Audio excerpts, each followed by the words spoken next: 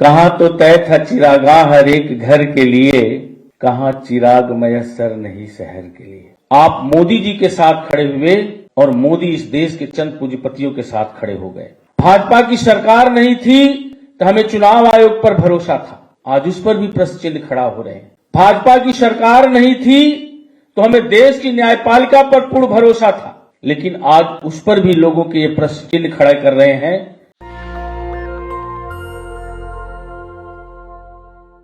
कहाँ तो तय था चिरागाह हर एक घर के लिए, कहाँ चिराग मयस्सर नहीं शहर के लिए। इस देश की झोपड़ी को, इस देश के गरीब को, इस देश के सर्वहारा वर्ग को, इस देश के कमेरा वर्ग को, इस देश के पिछड़ों, दलितों, अल्पसंख्यकों को बड़ी आशा थी इस देश के प्रधानमंत्री से और भाजपा से, और एक प्रचंड बहुमत की सरकार मोदी जी को दिया, भाजपा को दिया। साथियों, आपको समझने की जरूरत है मोदी के चेहरे को और भाजपा के राष्ट्रवाद को। मैं यह बात मजबूती से कह सकता हूं कि जिस तरह से देश की सारी सार्वजनिक संपत्ति कंपनियों को बेचने की जल्दबाजी है मोदी जी की, जिस तरह से राष्ट्र के एक एक संपत्ति को पूंजीपतियों के हाथ में बेचा जा रहा है, जिस तरह से भारत में एक नए रियासतीकरण की आधारशिला रखी जा रही है, आप मोदी जी के साथ खड़े हुए और मोदी इस देश के चंद पूंजीपतियों के साथ खड़े हो गए, और जिसका परिणाम निकला, साथियों, यह आरएसएस की वर्षों पहले की यह योजना थी कि जिस तरह से चिली और बोस्निया में जो हुआ वह भारत में भी करना है, और भारत के लोकतंत्र को धीरे धीरे जड़ से खत्म करना है। भाजपा की सरकार नहीं थी तो हमें मीडिया पर भरोसा था। आज एक आम नागरिक कहता है गोदी मीडिया। भाजपा की सरकार नहीं थी तो हमें चुनाव आयोग पर भरोसा था, आज उस पर भी प्रश्न चिन्ह खड़ा हो रहे हैं। भाजपा की सरकार नहीं थी तो हमें देश की न्यायपालिका पर पूर्ण भरोसा था, लेकिन आज उस पर भी लोगों के ये प्रश्न चिन्ह खड़े कर रहे हैं कि मोदी जी हैं, भाजपा है, तो उनके खिलाफ कौन फैसला देने वाला है। भाजपा चाहती है कि जिन खंभों पर देश का लोकतंत्र टिका हुआ है उन्हें कमजोर किया जाए और भारत में पूंजीवाद की जड़ों को और मजबूत किया जाए। भाजपा रोजगार की बात नहीं करेगी, 15 लाख रुपए की बात नहीं करेगी, महिला सशक्तिकरण की बात नहीं करेगी, स्वास्थ्य की बात नहीं करेगी, शिक्षा की बात नहीं करेगी, किसानों की आय की बात नहीं करेगी, किसानों की समस्याओं की बात नहीं करेगी। इन मुद्दों पर चुनाव लड़ने की बात नहीं करती, इन मुद्दों की चुनाव में वो चर्चा नहीं करती। भाजपा गन्ना और जिन्ना की बात करेगी। अभी हमारे देश के गृह मंत्री, पश्चिमी उत्तर प्रदेश का चुनाव शुरू है और वो प्रचार करने के लिए जाते हैं,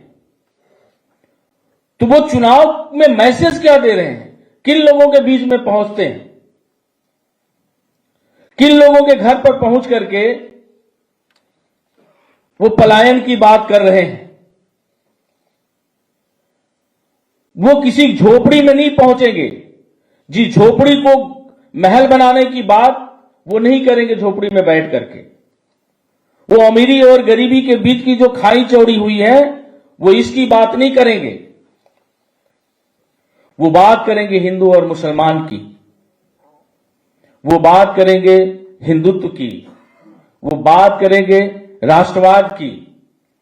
साथियों, हम लोगों को भाजपा के छद्म राष्ट्रवाद और नकली हिंदुत्व से सजग होने की जरूरत है और अपने रोजी रोटी और अपनी शिक्षा और नौकरी की मसाइल पर खड़े होने की जरूरत है। और अगर हम लोग इस पर नहीं खड़े हुए, देश का पिछड़ा, दलित, अल्पसंख्यक वर्ग के लोग अपने शिक्षा, नौकरी, रोजी रोजगार की मसाइल पर खड़े होकर के वोट नहीं दिए, तो ये भाजपा एक ऐसे भारत का निर्माण करेगी जहां भूखमरी होगी, तंगहाली होगी, जहां बेरोजगारी का आलम होगा। योगी जी बात करेंगे हिंदू और मुसलमान की, और अखिलेश जी बात कर रहे हैं आईटी सेक्टर में 22 लाख नौकरी देने की।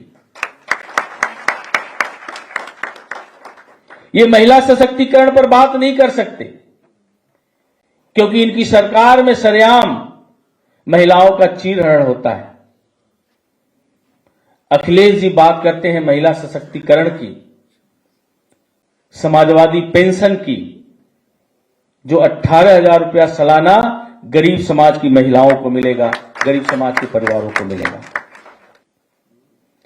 अगर हम कस्टोडियल डेथ की बात करते हैं तो उत्तर प्रदेश इस देश का नंबर 1 है जहां कस्टोडियल डेथ सबसे ज्यादा उत्तर प्रदेश में हुई है, जहां की पुलिस निरंकुश है, असहाय लोगों को थाने में रख करके मार देती है। ये महिला सशक्तिकरण की बात करेंगे, नहीं कर सकते, क्योंकि महिला सशक्तिकरण की बात होगी तो हाथरस की बेटी याद आ जाएगी। मोदी जी और भाजपा, मोदी जी देश के पूंजीपतियों के फासिस्ट चौकीदार हैं, तो भाजपा इनका संगठित गिरोह है, और इस गिरोह के खिलाफ समाजवादी और जनवादी जंग को हम लोगों को सफल बनाना होगा। और 2022 में उत्तर प्रदेश में समाजवादी पार्टी की सरकार बनाना होगा, जिससे देश से पूंजीवाद और सामंतवाद और फांसीवाद का खात्मा हो सके। और इसकी शुरुआत हम लोगों को 2022 से उत्तर प्रदेश से करनी है। नेशनल दस्तक की आपसे गुजारिश है कि अगर इसको बचाना चाहते हैं तो नेशनल दस्तक को सब्सक्राइब करने के लिए रेड कलर के सब्सक्राइब बटन को दबाएं, फिर बेल आइकन की घंटी दबाएं। नेशनल दस्तक को बचाने के लिए बहुत जरूरी है कि हर खबर को शेयर करें, लाइक करें, कमेंट जरूर करें।